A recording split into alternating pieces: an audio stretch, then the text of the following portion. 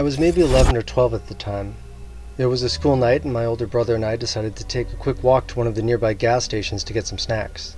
We probably should have just stayed home and done homework, but I had money in my pocket and like most kids I was eager to spend it. The gas station we were heading to was maybe 6 or 7 blocks from our house.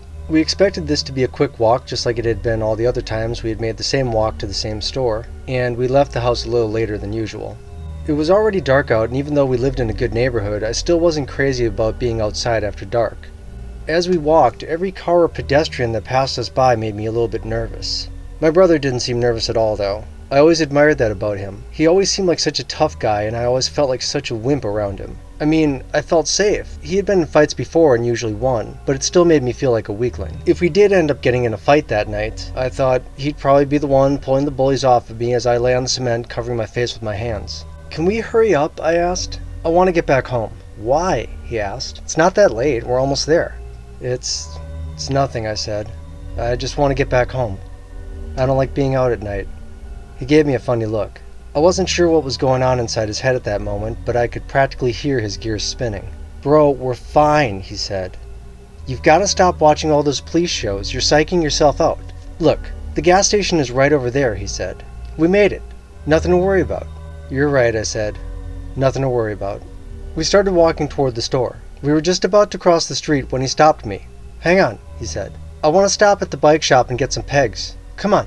I glanced down the street in the direction of the bike shop. It was maybe 4 blocks away from the gas station. The sign was bright and I could easily see it in the distance. I really didn't want to go. I just wanted to get my food and get back home. I never liked that part of the neighborhood. The houses were run down, there was trash everywhere, and almost no streetlights. It was bad enough in the daytime, but at night, the idea of walking down there freaked me out. My brother looked like he was getting impatient. I didn't want him mad at me, and I sure as heck didn't want him walking there by himself while he sent me walking home alone. "Fine," I finally said. "Let's just go. I think they close soon." And with that, we started walking again. We hadn't gone more than 2 blocks before I could just barely make out 2 figures walking towards us. Within a few seconds, they were close enough to us that I could see their faces. They were teenagers. I'm not exactly sure how old they were, but they were definitely older than us. Taller, too. They stopped in front of us and blocked us. We tried to walk around them, thinking maybe that's what they wanted us to do, but when we tried, they both stepped directly in front of us again. One had greasy black hair, a slight goatee, glasses, and an old army jacket. The other had short blonde hair and a hooded sweatshirt. The blonde one spoke first. "Where are you going?" he asked my brother. I stared at my brother, expecting him to tell the guy to screw off, but instead, he looked at him and said, "To the bike shop, why?" I couldn't believe he just told him where we were walking to. Just then, the one in glasses looked at me and said, "Hey, do you want to buy some drugs?" No, that's okay," I said. "Come on," he said. "I've got some." I then saw him reach inside his pocket and pull a plastic bag out just far enough for me to see it. I could feel my lips starting to quiver as I spoke. "No, I don't do drugs."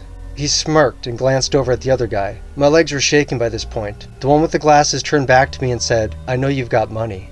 I could feel my heart racing. I looked at my brother hoping he'd punch the guy out and we'd both make a break for it. But when I looked at him, I saw a look on his face that I'd never seen before. It was the look of fear. It was then that I noticed the blonde one digging in his sweatshirt pocket. My brother and I both took a step back as we saw the glimmer of something shiny and metallic in his hand. I didn't know if it was a gun or a knife. I just knew that every paranoid fear I'd had of walking around the city at night was rapidly coming true. The blonde one spoke again. "How much money do you two have?" I thought this was it. We were going to get robbed. In that moment, I hated my brother. I hated him for making me walk down that block. My brother didn't say a word. He just stood frozen like a statue. I could feel tears in my eyes. I felt like I was about to die, like we were both about to die. Finally, my brother slowly opened his mouth and spoke. "You guys are going to jail." They started laughing. I didn't know what my brother was doing, but I was hoping he had a plan. He then looked at the one wearing the glasses and said, "I've seen you at the high school. I know who you are." "Oh yeah," he said. "So what? It means I can tell that cop who you are." And that was when I saw the police car driving towards us. They both saw it approaching and ran off. We flagged down the squad car. He had been patrolling the block and was there by what must have been sheer luck. We told him what happened, and that was when I learned that not only did my brother know the name of the one in the glasses, but he even knew where he lived. I don't know whatever became of the blonde guy, but the one in the glasses got busted for drug possession. 2 years later, he got busted again. This time, he had stabbed someone. I was living with my wife and our daughter in a small apartment. I was recently laid off, so my wife picked up extra shifts at work to help out with our income. I hated being out of work. I had been working since I was a teen, and for me to be out of work and middle-aged made me feel absolutely useless. Our daughter was in school, so for the most part, I was home alone most of the day. Sure, I'd go out and apply for jobs a couple hours each day, but the rest of the time, I was home alone. I couldn't wait for 3 o'clock to roll around because it meant I could go pick up my daughter from school. By 4:30 p.m., my wife was home unless she had volunteered to stay late. This went on for weeks. Being out of work had made me a little bit lazy and I was getting out of shape too. I started taking naps in the afternoon. As time went on, I was sleeping more and more. It got to the point where I stopped going out each morning. I stopped filling out applications and I just got in the habit of laying back on the couch and falling back to sleep after dropping my daughter off at school. One morning, as I lay there sleeping on the couch, I was woken up by the telephone. When I answered it, there was no one there. It really didn't seem that odd. I thought it was probably just a wrong number, so I hung up. I just started to doze off again when I was once again jolted awake by the phone ringing. I answered it again, and once again there was no one on the other end. I no sooner hung it back up when it rang again. "Hello, can I help you?" I said. This time, instead of silence, I could hear breathing. "Hello," I said again. Only this time, a voice responded. "Is your wife home?" "Who is this?" I asked. I then heard the receiver click on the other end as the line went dead. When my wife returned home, I told her about it, and she immediately dismissed it as a prank call. I did notice when I checked the caller ID that it had come from a blocked number. I would have totally forgot about the whole thing if it hadn't began happening almost every other week. Eventually I filled out a police report, but I was told by them that there wasn't much that they could do. They said the calls were probably just someone playing a prank, and they suggested I just change the house number. Looking back, I wish I had, but at the same time, I really don't think it would have made much difference. A few days later, I was again woken up by the telephone. Only this time, I saw 2 men standing in our apartment. I had no idea who they were, but I knew how they had gotten in. I had forgotten to lock the apartment door. I don't know how or why, but they must have been watching me. One of them motioned to me to answer the phone. He then put his finger to his lips, warning me not to say anything stupid. It was my wife calling. "Hello?" I said. "Honey, it's me. Don't forget. It's Wednesday and Angelica gets out of school early." I'm sorry," I said. "My wife's not home right now. She's working a later shift." "Honey," she said, "is everything okay?" No, she'll be there until at least 5 tonight," I said. By this time, my wife had caught on. "I'm calling the police. I'll have them come to the apartment." "Yes, that's right. I said after 5 tonight. Bye-bye." I hung up the phone, and that was when they attacked me. By the time the police had arrived, the men were long gone, and our apartment was ransacked. I had been punched, choked, kicked, stomped, and eventually beaten unconscious. I was lucky to be alive. When people ask me what they stole or how much money we lost, I tell them that I don't care. I'm just grateful that my family wasn't there to get hurt. This happened to me in the summer. I had just finished 8th grade and was enjoying the hot weather with my friends. There wasn't a lot to do here in the summertime if you didn't have a car to get around, so my friends and I just spent our time down at the lakefront. Normally you'd have to be crazy to go in the lake. The water was usually rough every time we were down there, and it was always freezing cold.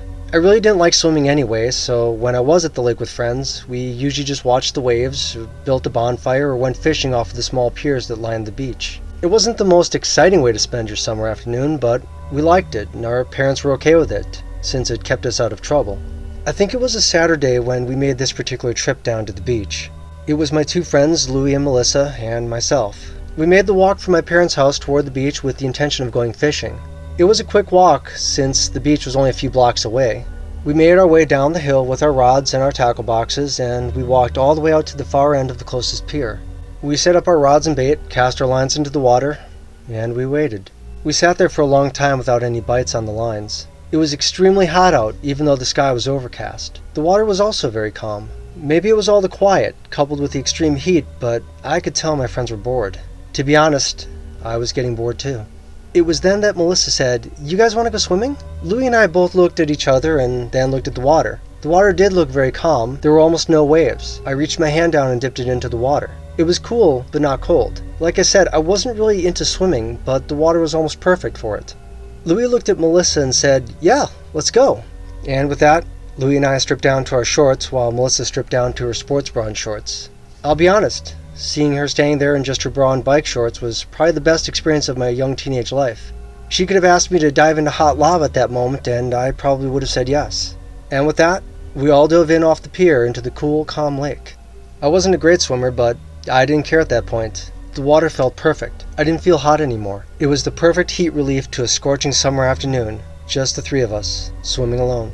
The perfect summer memory. At least it was, until they showed up.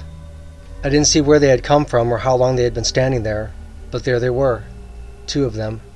Both adult males, standing right on the pier we had just dove off of. I instantly got a bad vibe off of them both. They seemed to be staring at us, watching us. They seemed to be whispering to each other and laughing about something. But the whole time they did, they never once took their eyes off of us. One of them had his shirt off and had a horrible sunburn. He had long curly hair and a mustache. The other guy wore a dirty t-shirt, sunglasses, and a baseball cap. Both of them were carrying 6 packs of beer, with at least half of them gone. I looked at Louis and Melissa. I could see from the looks on their faces that we were all thinking the same thing. These guys were drunk, and it probably was in our best interest if we just grabbed our gear and left. We had started climbing out of the water. Melissa was the last one up, so Louis and I both helped her back up onto the pier. I glanced over at the one with the long hair. I could tell he was staring at Melissa. Everything about this guy just made my flesh crawl. He made a revolting smile and said, "You guys mind if we fish here?" Louis spoke up. "Go ahead, we were just leaving." As we grabbed our stuff and started walking away, it suddenly hit me. They weren't carrying any fishing gear. I glanced back at them, and once again, they were whispering and laughing, all the while their faces looking in our direction. We should have just left that beach. I don't know what we were thinking, but for some reason, we walked just a few piers down and started setting up our gear again. Melissa was still in her bra, and Louis and I were barefoot. We hadn't even gotten our lines back into the water when we noticed the same two men walking down the pier towards us. One of them spoke. "Hey, you mind if we fish here?" I called out to him. "They're not biting over here on this side." They both started laughing. The one with the long hair gave another creepy smile and said, "Oh, I think they are." This time we immediately grabbed our gear and started walking. I didn't want to have to try and walk around these creeps, but they were standing right in front of us. Just as we were about to pass them, the one with the long hair looked at Melissa and said, "Do you have a lighter?" And he pulled out a cigarette. Nervously, Melissa responded, "Yeah, sure," before grabbing her lighter from the tackle box. As she lit his cigarette, I could see something on his belt that I hadn't noticed before. It was a fillet knife, the only piece of fishing gear between the two of them. I wanted to forget that I ever noticed it. I think he must have noticed me looking at it, because he reached for the handle, and then with one clean motion, he drew it from the sheath. "How old are you?" he asked Melissa. "I'm 14, she said. She tried to smile slightly to hide her fear. "You, live around here?" "Yeah," she said. I could tell Louis wanted her to stop talking. I knew she was just scared, but I didn't want these guys knowing where we lived. I didn't want them knowing anything about us. I couldn't take my eyes off the knife as he slowly spun it between his fingers. This guy was drunk beyond all belief, and he had a weapon. Louis and I were both skinny teenagers. There was no way we could fight these guys. He spoke again. "You want to go to a party at my place?" I said, "No, we gotta go." And then he stopped smiling. "I'm talking to her," he said in a dead serious tone. I felt sick, like I was going to throw up. The adrenaline was pumping now, and I knew we needed to get out of there now. Just then, Melissa spoke up. "No, let's go to my house. My parents are gone for the day. We have beer." I couldn't believe my ears. Was she nuts? I felt some momentary relief as he put the knife back in the sheath just before telling her to lead the way. We hadn't gone more than 20 feet from them when Melissa yelled to run. And we did. And so did they. They chased us for a few blocks before we lost sight of them. We didn't walk directly home for fear that they might see which way we went. We called the police, but they didn't find them. I didn't visit the beach again that summer. Neither did my friends.